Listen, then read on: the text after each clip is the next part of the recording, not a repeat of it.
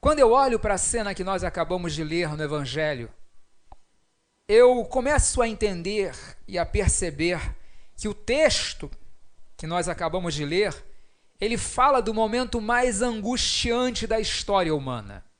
Porque o Deus Criador do universo, que se fez homem em Jesus, está naquele momento cravado em uma cruz. Nunca houve um momento assim, nem antes, nem depois.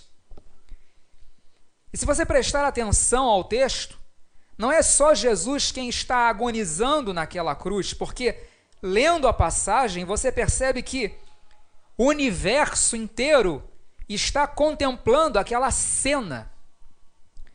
Os céus e a terra estão assistindo, sem nada poder fazer. Não eram apenas os soldados romanos que estavam presentes ali, que o pregaram naquela cruz, e que agora se sentavam debaixo dela e lançavam sortes, disputando quem ficaria com suas vestes. Não, não eram apenas os religiosos que nós lemos repetidas vezes que passam por baixo da cruz e meneiam a cabeça em sinal de zombaria e falam: desce da cruz, o Senhor salvou os outros, então salve-se a si mesmo. Desça da cruz e nós creremos em ti. Deus ama o Senhor, então desça.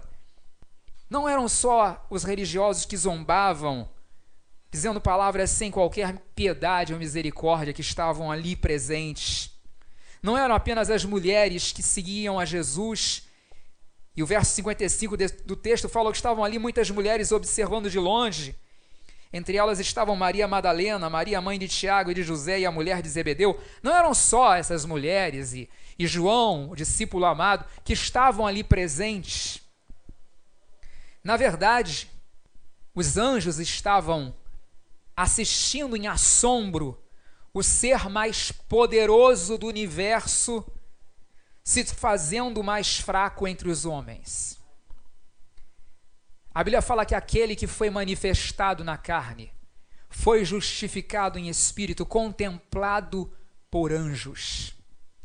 Eu acredito que naquele momento, na cruz, os anjos, milhares e milhares, milhões e milhões de seres angelicais estavam assistindo aquela cena de dor em assombro, vendo o seu Criador, feito homem, cravado em uma cruz, sangrando como um cordeiro mudo levado ao matadouro.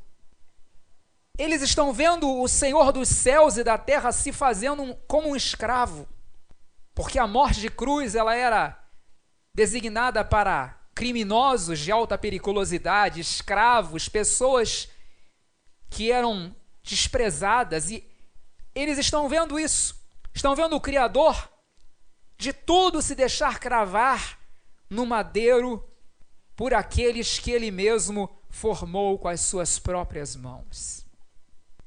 Com certeza os anjos estavam assombrados. Mas não só os anjos.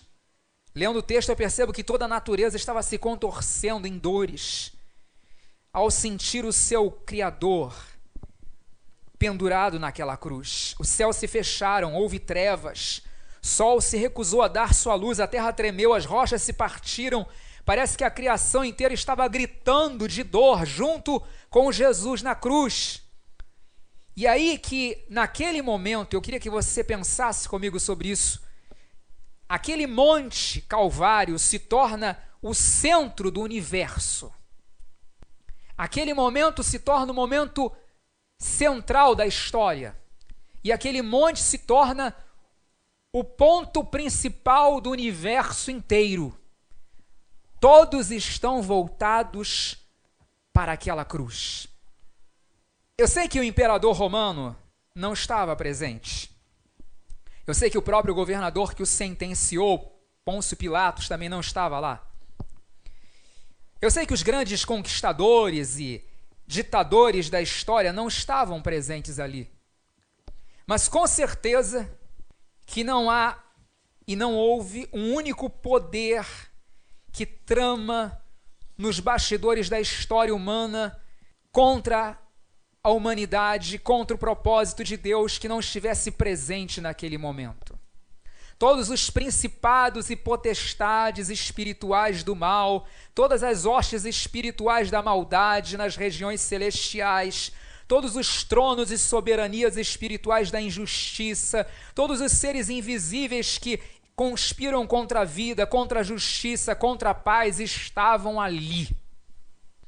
E aí, eu repito, que não houve, não há e jamais haverá um outro momento como aquele na história, na eternidade.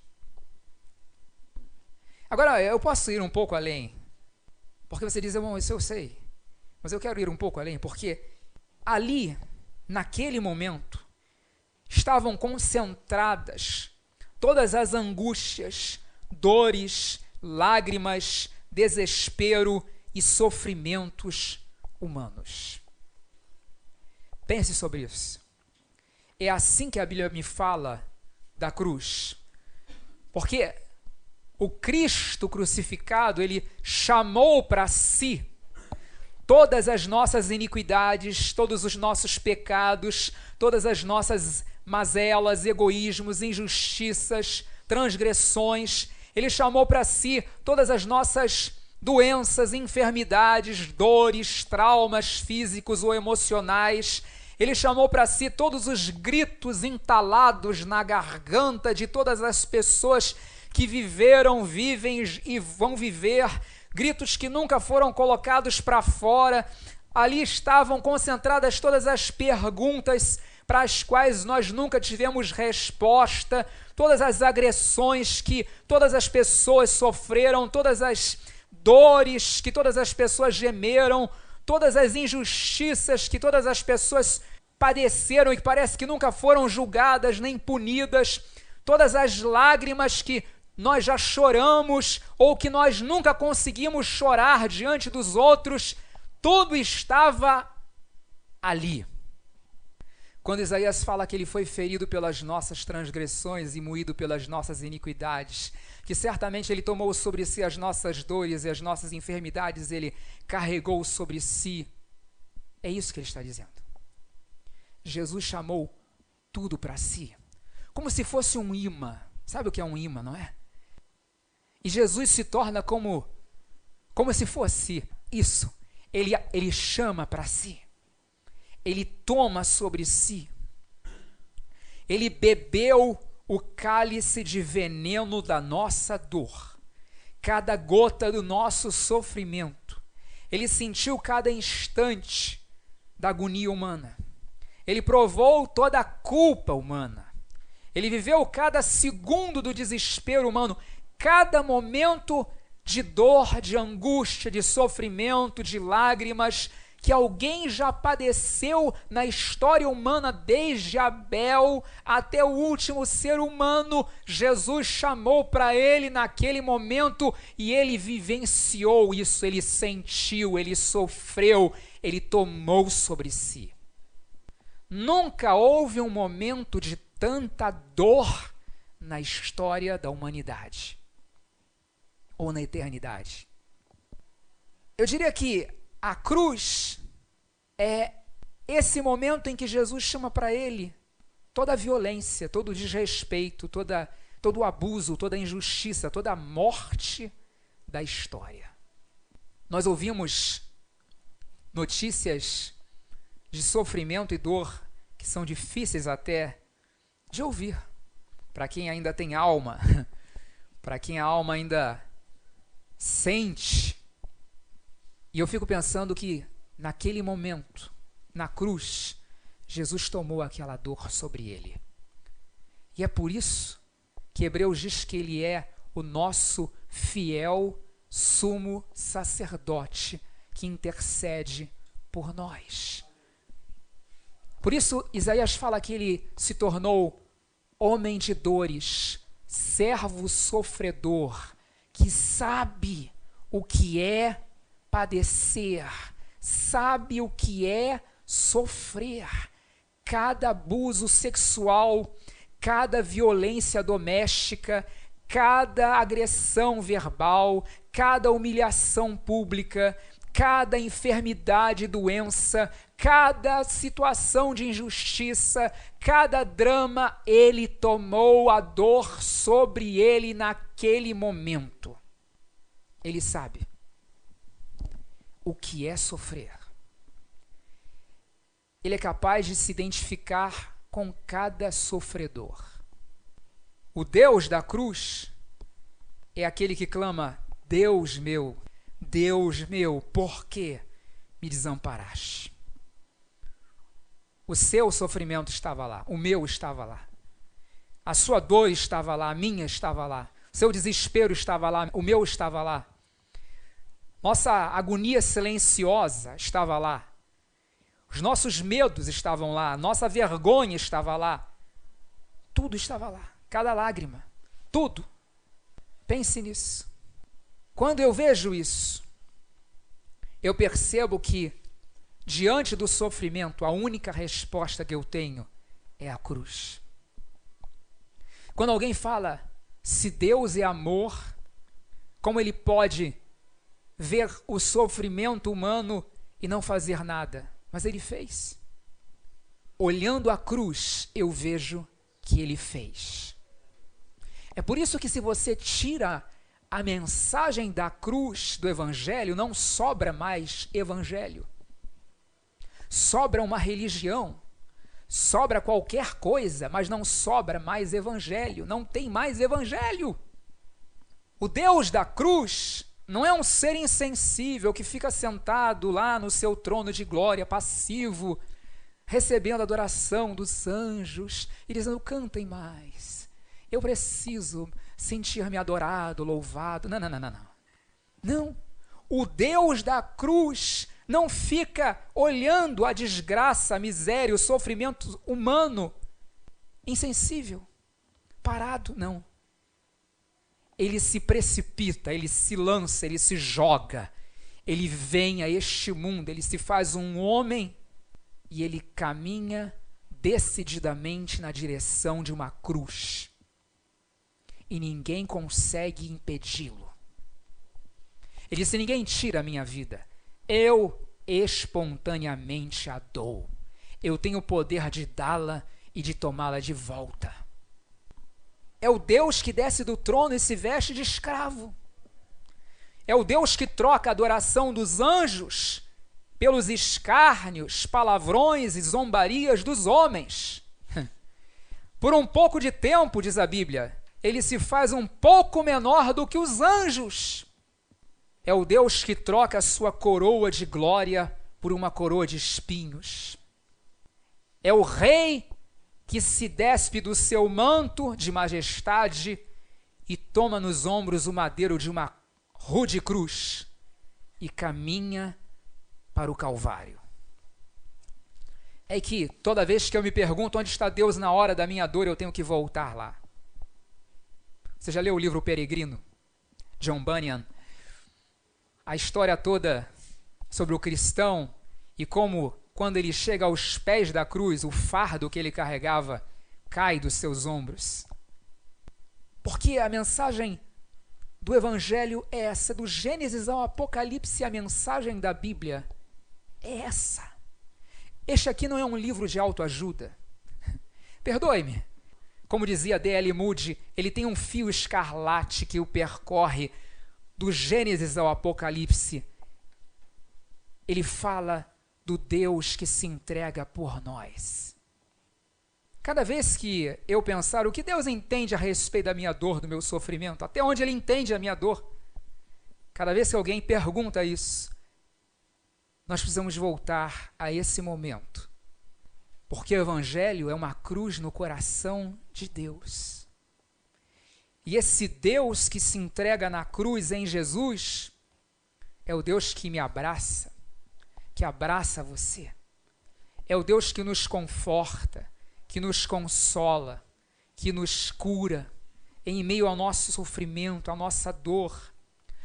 O Deus da cruz é Jesus. Quando você está no meio dos problemas, das adversidades, das lutas, das tempestades, das situações para as quais você não encontra uma saída, uma resposta, quando você está chorando, quando você está sentindo dor, quando você está sofrendo, e você pergunta: onde está Deus? Como é que eu vou sair disso? Como é que eu vou escapar disso? Se você puder lembrar do Deus que se entregou por você na cruz e que Ele tomou sobre si mesmo toda a sua dor e sofrimento e pecado e separação e tudo, e agora Ele diz: eu estou com você no meio disto. Você não está atravessando isto sozinha. Você não está passando por isto sozinho. Eu estou com você. Eu nunca vou deixar você. Eu jamais vou desamparar você. Não há nada que você possa fazer para que eu te ame mais. E não há nada que você possa fazer para que eu te ame menos. Nada pode separar você do meu amor. Se você duvida, olhe para a cruz. É nesse momento que eu recebo de novo esperança, conforto. Eu sei que o meu sumo sacerdote é Jesus. É aquele que sabe, que conhece, que está perto, que está junto, que disse: olha, eu não deixarei vocês órfãos, eu voltarei para vocês, mas enquanto isso, eu darei a vocês um outro Consolador. Ele está com vocês, mas estará em vocês. Ele vai ensinar a vocês toda a verdade, ele vai guiar vocês, ele vai falar de mim, ele vai estar mais do que ao lado, ele vai estar em vocês, o Espírito Santo. Quando Jesus se entrega na cruz, essa é a mensagem. Eu posso falar com Ele sobre tudo o que eu estou passando, tudo o que eu estou sentindo. Você pode falar com Ele tudo, sem medir palavras, sem ficar pensando: não, eu não vou falar isso porque Deus pode ficar chateado, eu não vou falar aquilo porque Ele não vai entender, eu não vou falar aquilo porque Ele vai ficar chocado, Ele vai ficar escandalizado. Não, isso não existe. Eu posso falar com Ele tudo que eu estou sentindo, passando. Eu posso falar com Ele tudo e saber que Ele me entende.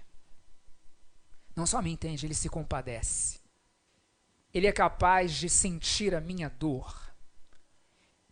E não só Ele se compadece, Ele se aproxima de nós e nos ajuda a caminhar. Ele nos socorre. Ele é aquele que é poderoso para socorrer, diz a Bíblia, os que estão sendo tentados.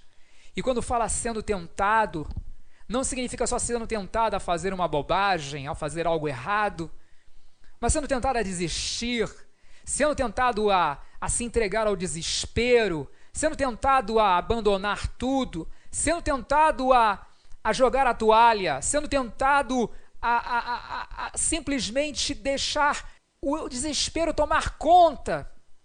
Ele é poderoso para socorrer os que estão sendo tentados. Há alguém aqui hoje sendo tentado? Eu não estou perguntando se você está sendo tentado a fazer uma grande bobagem. Embora se autodestruir seja uma grande bobagem. Mas só quem sofre sabe o que está sentindo para pensar essas coisas. Mas se alguém está me ouvindo pensando nisso, Jesus sabe o que é sofrer. Ele se compadece. Ele é poderoso para nos socorrer. Ele está perto. Ele está junto. Ele nos viu chorar.